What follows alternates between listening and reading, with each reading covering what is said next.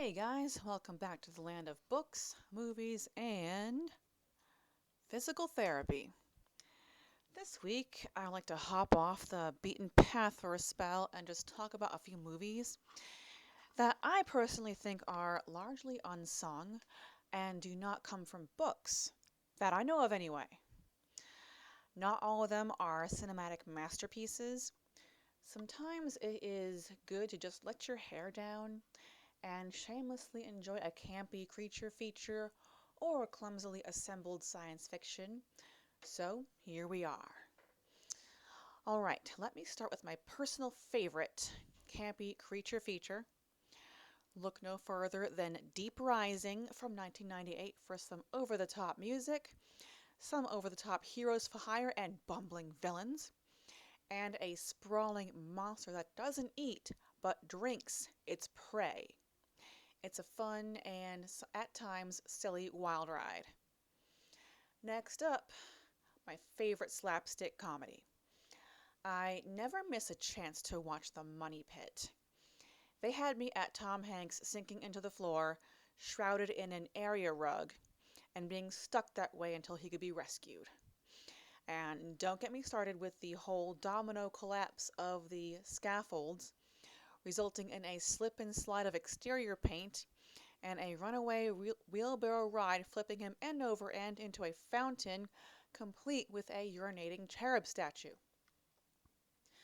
Alright, moving on to the less campy and comical and a bit more emotional. How many of you have heard of Enemy Mine? It's my favorite sci-fi tearjerker, and even with aliens and spaceships and space and epic battles, it's got an element of chick flickiness to it. It's definitely a story and special effects, are a little ahead of their time, where one man and one drac find themselves stranded on a planet neither of them call home and just surviving together.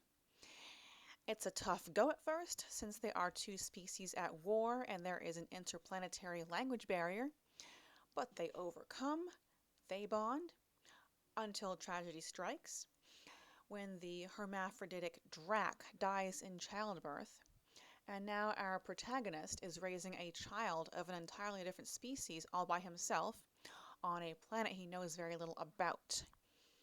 However, the bond of close friends and survival buddies overcomes, and he goes above and beyond to save that child's life and get him to his home planet. It is sweet and action-packed and very much worth the watch. There's also a equally science and emotional Neil Blomkamp. I hope I'm saying that right. I butcher names I don't hear very often. Neil Blomkamp, director of Chappie. And this one's my favorite from his. And his directorial style is like none other.